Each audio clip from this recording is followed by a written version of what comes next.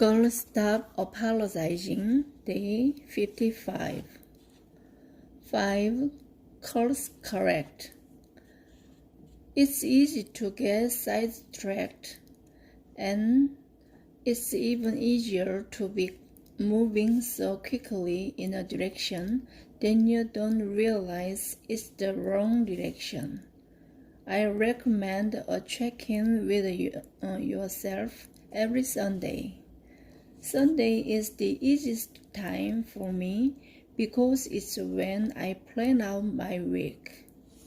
I take the time to focus in on the outcome I want for the week and then ask myself if I'm really truly headed in the direction of the next mile marker. If so, great. If not, what can I do this week to ensure that I get the results I'm looking for? When it comes to efficiency, the bottom line is this. You're already doing the work. You're already putting in the time, and it would be such a waste if you are depleting your energy for no reason, or worse, potentially giving up on a great idea simply because you haven't figured out how to make greater strides towards your goal. Do an efficiency audit and figure out where you need to tighten up and shift your focus. Skill 5. Positivity. I once lived through 52 hours of labor. 50 freaking 2 hours. I will never let my firstborn forget about this as long as I live.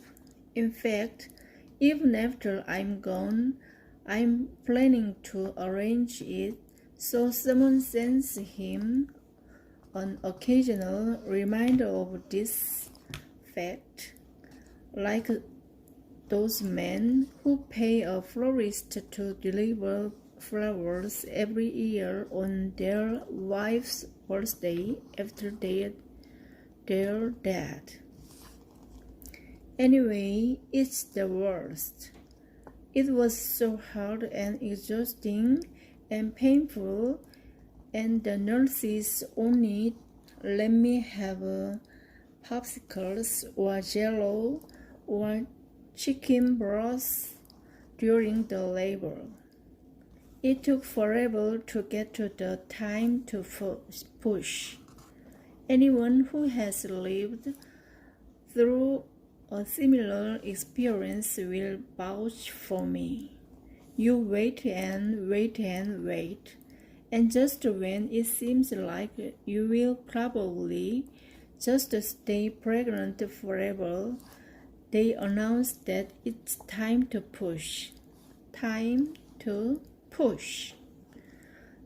For me, the time to push came so much later than anticipated that the epidural had started to wear off. Yes, epidural. You didn't think I went through 2 days of labor without drugs, did you? No, I'm not that heroic. I utilized the anesthesiologist who just so real clear did look like Danny DeVito as they should, and all the good drugs they wanted to offer to me. But by go time, the pain was creeping back in. The nurses asked me if I wanted another dose, but I had read all kinds of horror stories about women who couldn't push because the meds were too strong, and I didn't want anything to slow us down further. So, like a true and proper mother, I bravely told them I would push Jackson out without drugs. Almost immediately, I knew I had made a grave mistake. The pain was bad enough just lying there, but when I actually tried to push for the first time, it felt like Satan had stuck a flaming pitchfork right up inside me and then given it a quarter turn to the right. JK, I told everyone in the room. I do in fact want those drugs just as fast as the IVs can carry them to my spinal column. The nurse pressed a button. The staff made some calls. They whispered amongst themselves, and then they looked at me with sad eyes. "We're so sorry. Both of our anesthesiologists are in C-sections. There's no one available to administer another dose." "What? No more drugs?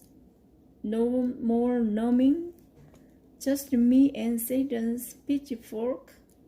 My heart broke right along with my perineum. I was in so much pain and I was so exhausted that I felt kind of delusional. I had no control over what was happening to me and had no ways to escape it. It felt like no matter how many times I pushed it, Jackson wouldn't come out.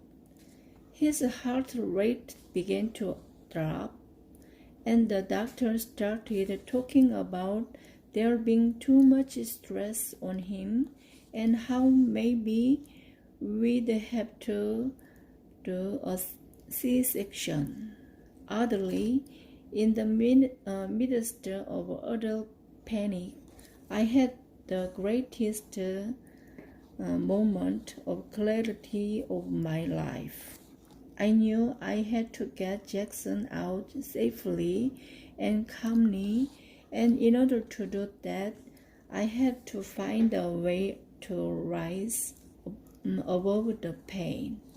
I went from crying and freaking out to silent and focused. I didn't speak to Dave or my mom or the nurses or the doctors. I don't think I made another sound or even looked in anyone's direction. I was deeply inside my head, caught somewhere between fervent prayer and an internal motivational speech to my urban child.